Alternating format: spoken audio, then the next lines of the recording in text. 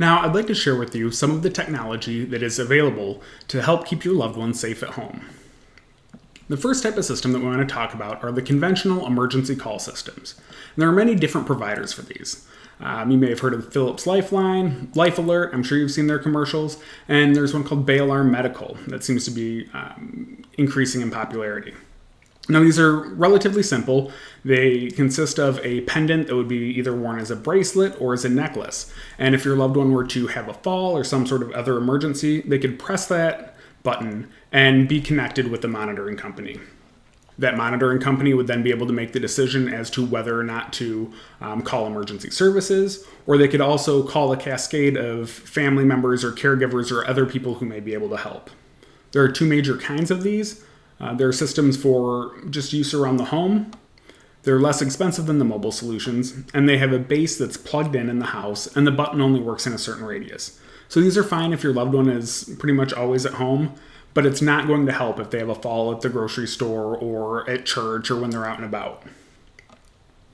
And there are systems that work anywhere. So they rely on a wireless network connection like our cell phones do, and they would be able to help out in that situation where they are away from the home. And most of them also have GPS and other tracking capabilities. So if your loved one can't communicate where they are or they're unresponsive, it can narrow it down and direct emergency services to them. There's lots of different things that these offer.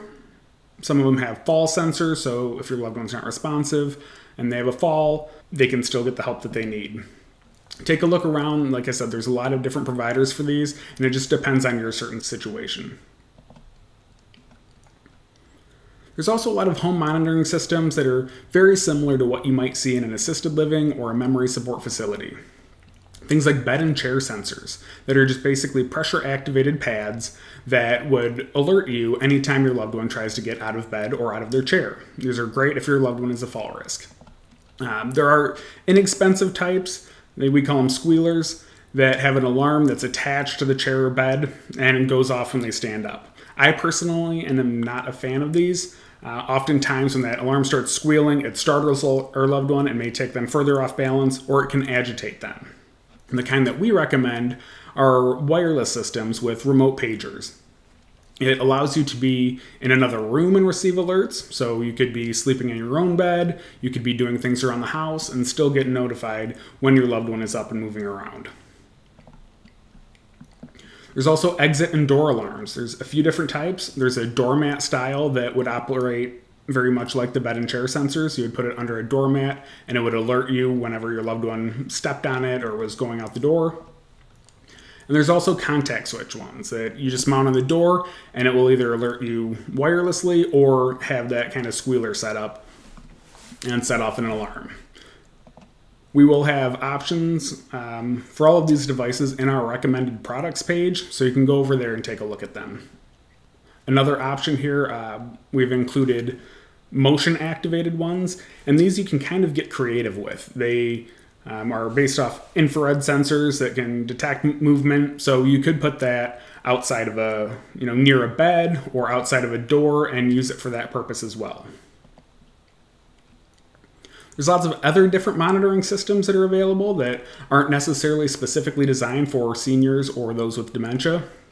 A lot of people do use baby monitors. You can have it set up and you can be in the other room and hear if your loved one is up and moving around. Camera doorbells have gotten really popular in the last couple of years as well.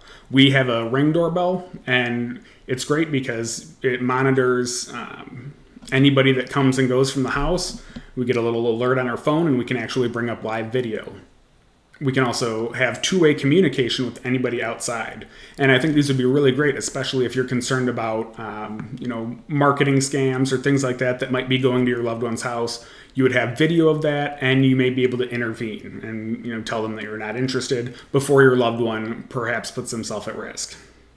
Furthermore, if your loved one were to leave and wander away from the property, that video doorbell would likely catch at least a few seconds to see, where they were going, if they were dressed properly, and which way they turned out of the driveway.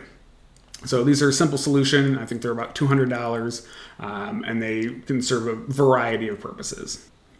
Many of the big home security companies have kind of gotten into this as well. ADT, SimpliSafe, Xfinity all have lots of different options for home security. So they can set up sensors on the windows and on the doors. You can have cameras and you can have two-way communication. You can also include things like smoke detectors, carbon monoxide alarms, and have them automatically trigger to get an emergency response, even if your loved one can't connect the two. Another good solution might be smart outlets or smart lights that would connect to the Wi-Fi in the home, and it would allow you to turn off certain outlets or turn on certain outlets at different times of the day. So if you're worried that your loved one might get up and try to use the oven or the toaster or a curling iron or something like that, you can get in your phone and program it to not work during certain times, or have them turned off and have it so they only work if you turn it on via the app. So these are just some of the products out there that are available to help you keep your loved ones safe. If you have anything that you've personally used and that you've liked, feel free to send it my way. Or if you have any questions about these things and how they work and what you might need to get them set up, I'd be happy to answer those questions. And that concludes our home safety module. In our next lesson, we're going to talk all about long-term planning. We'll see you there.